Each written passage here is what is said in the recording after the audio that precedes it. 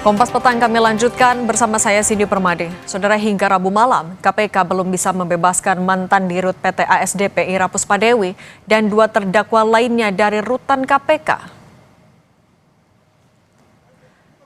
Juru bicara KPK Budi Prasetyo bilang pihaknya belum menerima surat keputusan rehabilitasi yang ditandatangani Presiden Prabowo.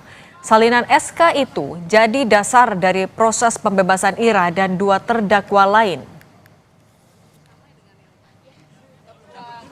Sampai saat ini KPK masih menunggu surat keputusan rehabilitasi dari Presiden sebagai dasar untuk tindak lanjut yang KPK harus lakukan terkait dengan para pihak yang sudah ditetapkan sebagai tersangka, kemudian sudah di persidangan dan sudah diputus bersalah ya pada tanggal 20 November kemarin, yang saat ini para pihak masih di rutan KPK. Kalau memang surat keputusan rehabilitasi itu sudah kami terima untuk kemudian sebagai dasar KPK menindaklanjuti ya, apakah kemudian mengeluarkan pihak-pihak yang sudah yang sedang ditahan saat ini.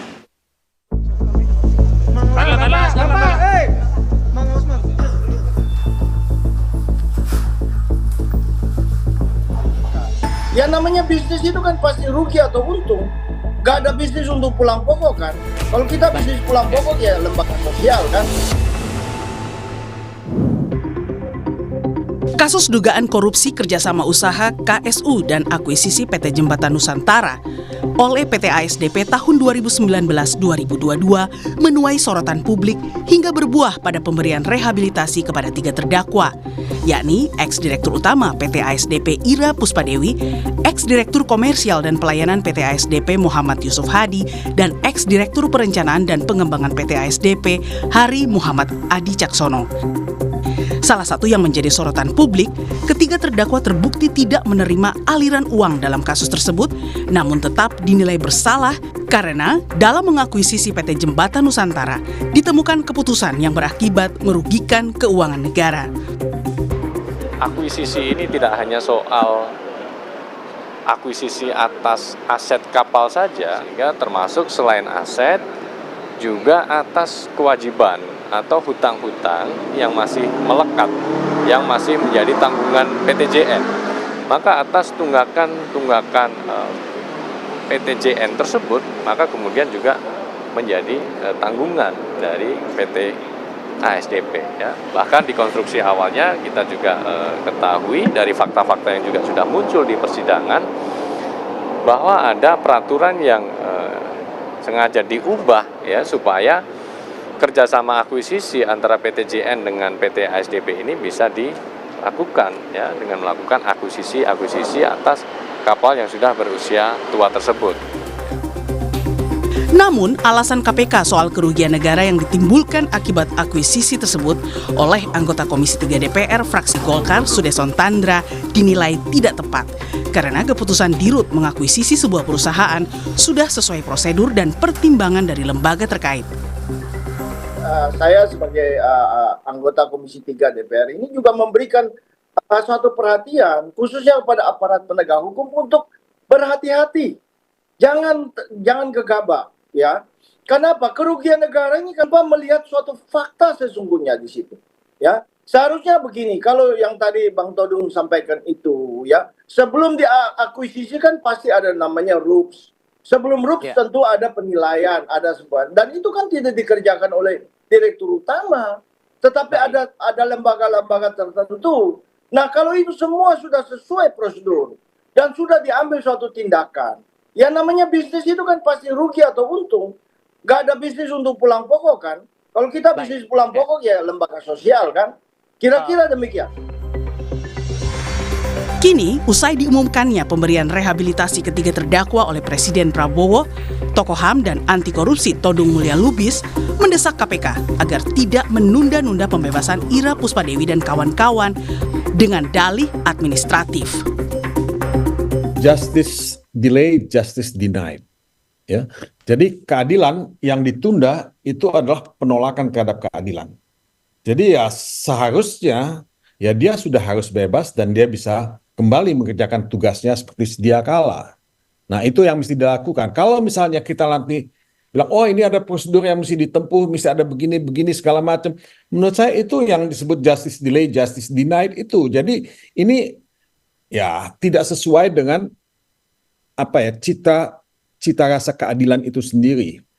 Bayangkan ya, dia kan sudah ditahan beberapa bulan ya di rumah tahanan KPK. Nah, dia mendapat kepres rehabilitasi dari Presiden Prabowo. Ya seharusnya itu dilaksanakan ya langsung, tidak usah menunda-nunda. Jadi ya ini prinsipnya, karena pengadilan itu juga akan harus cepat, murah dan sederhana. Dugaan kasus korupsi Ira Puspadewi mendapat sorotan dari masyarakat. Di media sosial, beragam dukungan muncul. Narasi yang dimunculkan pengguna medsos adalah kasus Ira disebut mirip seperti Tom Lembong. Mantan dirut ASDP tidak ambil uang sepeser pun, tapi dianggap merugikan negara hingga 1,25 triliun rupiah. Tim Liputan Kompas TV.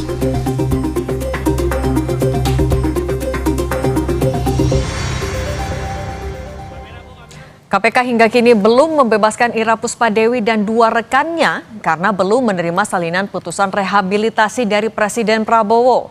Usai diumumkannya rehabilitasi ketiga terdakwa, kini kinerja KPK dalam memproses kasus korupsi PT ASDP dipertanyakan. Kita bahas bersama kuasa hukum Ira Puspadewi, Gunadi Wibaksi, dan juga peneliti Pukat UGM Zainur Rohman. Selamat petang semuanya. Selamat sore. Saya ke Pak Gunadi dulu ya. Mbak Cindy. Oke, Pak Gunadi, sampai hari ini sudah ada kepastiankah kapan Bu Ira dan 2 terdakwa lain akan dibebaskan KPK? Baik, sampai dengan sore ini informasi yang kami peroleh seperti tadi disampaikan bahwa belum ada surat yang diterima, surat keputusan rehabilitasi yang diterima oleh pihak KPK. Sehingga mungkin berdasarkan itu KPK belum bisa memproses pengeluaran tahanan Bu Ira dan kawan-kawan. Itu informasi yang kami peroleh sampai dengan sore ini. Demikian, Mbak Cindy. Tapi Pak Gunadi, sudah ada kabar juga kapan proses administrasinya itu sampai mana? Atau sambil menunggu SK dari Presiden itu atau dari Kemensesnek, apa proses administrasi yang juga bisa dicicil oleh kuasa hukum? Kami sebagai penasihat hukum, kuasa hukum, tidak memproses apapun karena ini adalah kewenangan pemerintah dalam hal ini Bapak Presiden, kemungkinan Kementerian Sekretaris Negara, kemudian Kementerian Kumham, dan pihak KPK. Kami sebagai kuasa hukum tentu menunggu dan berharap agar proses pengeluaran itu segera dikeluarkan. Karena kalau kita lihat bersama, kita dengar bersama pengumuman resmi di pemerintah, sudah beberapa hari yang lalu ya disampaikan di publik gitu. Sehingga tentu kami sebagai kuasa hukum sangat berharap bahwa itu segera bisa ditindaklanjuti dan Bu Ira dan kawan-kawan bisa segera bebas dari rumah tahanan. Demikian Mbak Cindy. Oke, kalau gitu dari kuasa hukum sifatnya menunggu. Kalau Mas Zainur mungkin bisa dijelaskan juga secara singkat. Rehabilitasi yang diterima oleh Ira Puspadewi dan 2 terdakwa lain ini akan berdampak apa untuk ketiga terdakwa? Dan bagaimana menguraikan logikanya? Kalau hakim sudah menyatakan para terdakwa tidak terbukti menerima atau memperkaya diri, tapi tetap divonis karena ada kerugian yang ditimbulkan. Bagaimana menjelaskan ini semua? Ya, pertama soal administrasi ya dari Presiden. Kalau kita lihat di dalam pasal 14 Undang-Undang Dasar 1945, pemberian gerasi dan rehabilitasi itu harus mempertimbangkan pertimbangan dari Mahkamah Agung. Ya barangkali ini yang sedang diurus oleh Istana ya. Jadi memang ini merupakan kewajiban dari Presiden untuk meminta pertimbangan dari Mahkamah Agung. Jadi saya lihat ini adalah satu proses yang membutuhkan waktu, tapi mungkin tidak akan terlalu lama, pastinya akan selesai dan terdakwa bisa segera keluar dari tahanan gitu. Yang kedua soal putusannya sendiri ya, putusan pengadilan prinsip dasarnya ya, saya banyak sekali tidak sepakat dengan putusan pengadilan, tapi sudah menjadi kewajiban bagi seluruh warga negara, seluruh pihak untuk menghormati putusan pengadilan. Studi kata pro veritate habetur, putusan pengadilan itu harus dianggap benar sampai dikoreksi oleh putusan yang lebih tinggi, misalnya melalui putusan banding atau nantinya dikasasi atau peninjauan kembali.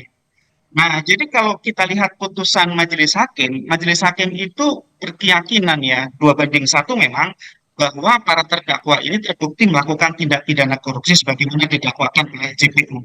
Tentu bagi terdakwa dan kuasa hukumnya pasti sangat keberatan dengan putusan itu. Tapi saya ingin jelaskan sedikit kenapa kurang lebih yang menjadi pertimbangan dari majelis hakim ya. Majelis hakim tidak menganggap bahwa business judgment rule-nya itu bisa digunakan untuk kasus ini karena kan yang menjadi perdebatan ada atau tidak sih mens rea dari perbuatan administratif yang dilakukan oleh para terdakwa. Misalnya dengan mengubah keputusan direksi, kemudian akhirnya bisa melakukan kerjasama dan akhirnya berujung kepada akuisisi, kemudian bagaimana eksposur tinggi yang diperingatkan oleh divisi manajemen risiko diabaikan, kemudian bagaimana soal persetujuan komisaris juga bermasalah, juga bagaimana perbedaan ya substansi izin antara kepada komisaris dengan kepada Menteri BUMN, itu semua kemudian dianggap sebagai satu perbuatan yang menunjukkan adanya kesengajaan dari para pelaku untuk melakukan tindak pidana korupsi. Ya. Mas Zainur, tapi saya artinya akui gitu ya, kita sebenarnya sangat berharap putusan ini bisa terus diuji sampai final sehingga rakyat bisa tahu sebenarnya apa yang menjadi titik persoalan dari kasus ini dan bagaimana majelis hakim itu menilai. Itu Mbak. Mas Zainur, tapi ketika konteksnya ini adalah soal bisnis judgment, tapi tidak ada mens rea-nya, tidak ada unsur memperkaya diri sendiri, menggunakan pasal tindak pidana korupsi, itu tepat tidak? Mbak, jadi tindak pidana korupsi itu bahkan kalau menurut UNCAC itu sebenarnya tidak hanya sekadar memperkaya diri atau orang lain ya. Kalau UNCAC itu mengenalnya dengan undue advantage. Undue advantage itu jenis-jenis keuntungan yang meliputi tangible dan intangible. Kalau UNCAC bahkan mengatur sejauh itu. Nah, dalam konteks hukum Indonesia, pasal 2 ayat 1 dan pasal 3 itu tidak harus menguntungkan diri sendiri, tetapi bisa saja menguntungkan orang lain. Jadi orang bisa tidak menerima keuntungan dalam bentuk apapun, tetapi dia divonis bersalah jika dia menguntungkan orang lain dengan sengaja secara melawan hukum atau menyalahgunakan kewenangan. Nah, yang harus diuji adalah apakah di dalam melakukan perbuatan yang dianggap melawan hukum atau menyalahgunakan kewenangan itu memang bertujuan untuk menguntungkan pihak lain. Nah, itu yang harus dinilai oleh majelis hakim. Jadi tidak sekadar ada perbuatan melawan hukum, tidak sekadar ada pihak lain yang diuntungkan, tetapi tujuan dari perbuatan melawan hukum dan tujuan dari menyalahgunakan kewenangan itu harus untuk menguntungkan pihak lain. Jadi kalau saya menilai ya, kan ada banyak pihak yang menyamakan kasus ini dengan kasus Tom Lembong. Saya sendiri di dalam kasus Tom Lembong saya berpendapat bahwa Tom Lembong itu unsur perbuatan melawan hukumnya terbukti. Adanya perbuatan-perbuatan yang menyalahi peraturan menteri ketika di dalam importasi itu tidak sesuai dengan prosedur. Tetapi dalam kasus Tom Lembong yang saya tidak lihat adalah tujuan Tom Lembong melakukan perbuatan itu untuk menguntungkan pihak lain. Kalau soal pihak lain ada yang diuntungkan, ya namanya orang bisnis wajar ada yang diuntungkan. Tetapi apakah perbuatan Tom Lembong itu memang bertujuan untuk menguntungkan pihak lain secara melawan hukum? Nah, dalam kasus ini sebenarnya apa ya? Saya tidak merekomendasikan Presiden terus-menerus menggunakan pendekatan kewenangan rehabilitasi, gerasi, amnesti, abolisi, kewenangan-kewenangan prerogatif yang memang itu yang dimiliki oleh Presiden. Kenapa? Karena ini menunjukkan adanya problem dalam penegakan hukum. Justru yang harus diselesaikan oleh level Presiden adalah legal reformnya, memperbaiki Undang-Undang Tipikor, memperbaiki aparat penegak hukum, memperbaiki dunia penegakan hukum secara umum. Kejelasan hukumnya itu juga yang harus diperbaiki. Urusan yudikatif itu cukup berbahaya. Nah kalau dari Pak Gunadi, KPK beralasan belum menerima salinan SK rehabilitasinya, makanya belum bisa membebaskan Bu Ira dan 2 terdakwa lain. Tapi kalau kemarin seorang advokat senior Todung Mulya Lubis bilang pembebasan tidak boleh ditunda dengan alasan apapun. Kalau Anda meresponsnya seperti apa? Ya, tentu kami sependapat dengan Bang Todung Mulya Lubis. Karena begitu rehabilitasi ini sudah diumumkan dan pengertian atau makna dari rehabilitasi ini adalah suatu pemulihan hak-hak dan kewajiban hak dari para terdakwa dikembalikan seperti keadaan semula, seolah tidak pernah terjadi peristiwa pidana ini. Maka dengan demikian, begitu pengumuman ini disampaikan kepada publik, maka semua pihak yang terkait harus merespon, harus menindaklanjuti. Itu tentu yang kami pahami dan kami harapkan. Namun sebagai kuasa hukum tentu kami harus tetap menghormati semua fungsi-fungsi di pemerintahan dan menunggu serta berharap bahwa semua yang akan dilakukan oleh masing-masing instansi tadi bisa segera dilakukan dan Bu Ira saya segera bisa keluar dari rumah tahanan. Oke. Dan Mbak Cindy, apakah saya boleh menanggapi keterangan dari Pak Zainul tadi? Oke, singkat saja Pak Gunadi. Baik, baik. Yang paling ideal untuk menanggapi perjalanan perkara ini adalah mereka, ya, Majelis Hakim, penuntut umum, kami selaku penasihat hukum yang tahu dengan persis bagaimana perkara ini diperiksa di persidangan. Jadi ada beberapa isu. Memang ada 10 dugaan perbuatan melawan hukum yang disampaikan oleh penuntut umum. Namun satu persatu kami berikan tanggapan, baik itu fakta maupun data. Bahkan kita uji bersama di persidangan. Kalau tadi dikatakan bahwa belum ada persetujuan atau rekomendasi dari Dewan Komisaris maupun pemegang saham, itu di persidangan terungkap semua telah dibuktikan ada. Baik. Demikian. Itu dan 9 yang lainnya itu kita buktikan semua sehingga baik Majelis Hakim, penuntut umum, kami juga bisa melihat bersama. Bahkan pengunjung persidangan pun menyaksikan bersama bukti-bukti itu dibaca bersama. Oke, itu diyakini sudah jadi fakta persidangan ya Pak Gunadi. Oke. Betul. Baik, Satu Pak. lagi. Baik Pak Gunadi. Baik, kami sudah tangkap, mohon maaf. Baik Pak Gunadi, kuasa hukum Bu Ira dan juga Zainur Rohman, peneliti Pukat UGM, terima kasih sudah berbagi bersama kami di Kompas Petang. Sehat selalu semuanya Pak. Baik, terima kasih.